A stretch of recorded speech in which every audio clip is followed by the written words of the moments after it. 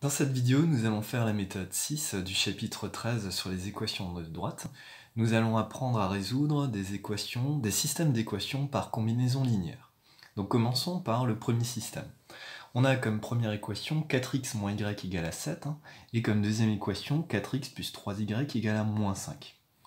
Donc on voit qu'on a deux équations et deux inconnues appelées x et y. On a vu dans le cours que ces deux équations sont des équations cartésiennes de droite.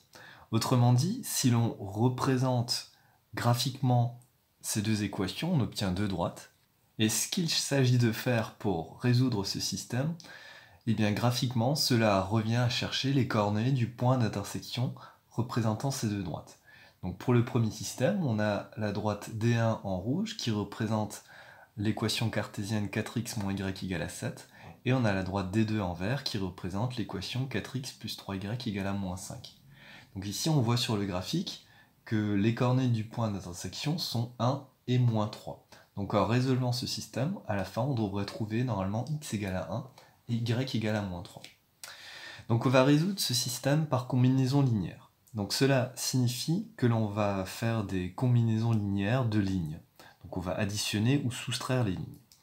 Alors, dans la première ligne, on a 4x moins y égale à 7, et dans la deuxième, on a 4x plus 3y égale à moins 5. Donc on remarque qu'on a 4x dans la première et dans la deuxième ligne.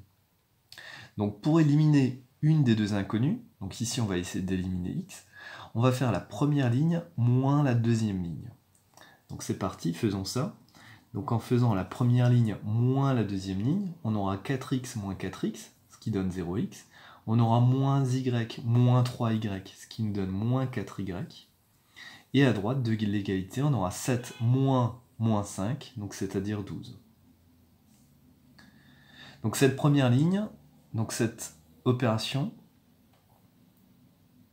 donc cette procédure nous permet d'avoir une seule inconnue qui nous reste, donc ici y. Et donc on a fait la première ligne moins la deuxième ligne. Donc cette première ligne nous permettra d'obtenir y, et on va garder l'une des deux autres équations pour pouvoir trouver x.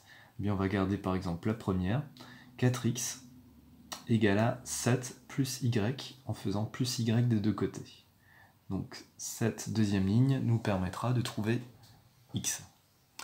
Donc la première ligne nous permet de trouver y, en divisant par moins 4 des deux côtés, on aura y égale à 12 sur moins 4, donc y égale à moins 3. Et on remplace y par moins 3 dans la deuxième ligne. Donc on aura 4x égale à 7 plus moins 3.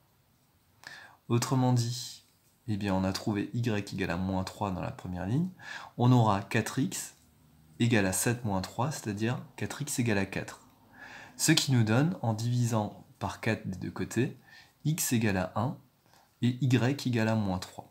Donc ici, on retrouve bien les coordonnées du point d'intersection des droites D1 et D2. Une autre manière de vérifier que x égale à 1 et y égale à moins 3 conviennent, c'est de remplacer donc x et y par ces deux valeurs dans les deux équations de départ. Donc ceci n'est pas obligatoire, mais on peut le faire ici par exemple, en calculant 4x moins y, donc en remplaçant x par 1 et y par moins 3, on aura donc 4 moins moins 3, donc 4 plus 3 égale à 7, donc on retrouve bien 7 ici, et en faisant donc 4x plus 3y, on aura 4 fois 1, plus 3 fois y, donc 3 fois moins 3, égale à 4 moins 9, donc égale à moins 5, donc on retrouve bien moins 5.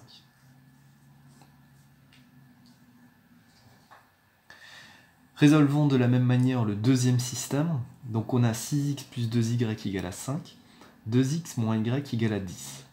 Alors ici, si on fait la première ligne moins la deuxième ligne, eh bien on n'arrivera pas à éliminer l'une des deux inconnues.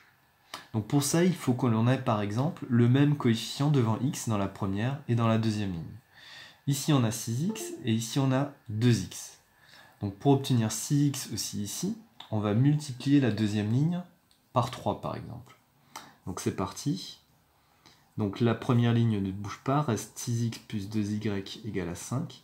Et en multipliant la deuxième ligne par 3, on obtiendra 6x moins donc 3y égale à 30. Donc j'ai fait 3 fois la deuxième ligne. Et là maintenant, on peut faire comme tout à l'heure. Donc à savoir qu'on peut faire la première ligne moins la deuxième ligne. Donc on aura 6x moins 6x, il restera 0x. On aura 2y moins 3y, donc il nous restera 5y. Et on aura 5 moins 30, donc moins 25. Et on va garder une deuxième équation pour pouvoir trouver la valeur de x. On va garder la deuxième ligne par exemple ici, et on va faire plus y des deux côtés pour obtenir 2x égale à 10 plus y. On aura alors, en divisant dans la première ligne par 5 des deux côtés, on aura y égale à donc moins 25 sur 5, donc y égale à moins 5. Et en remplaçant y par moins 5 dans la deuxième ligne, on aura donc 10 plus moins 5, donc 5.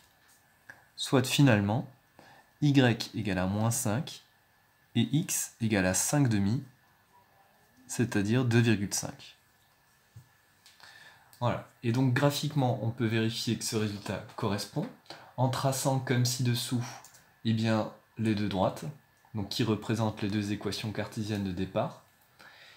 Et en traçant donc ces deux droites, on voit que le point d'intersection de D1 et de D2 a pour coordonnées donc x égale à 2,5 et y égale à moins 5.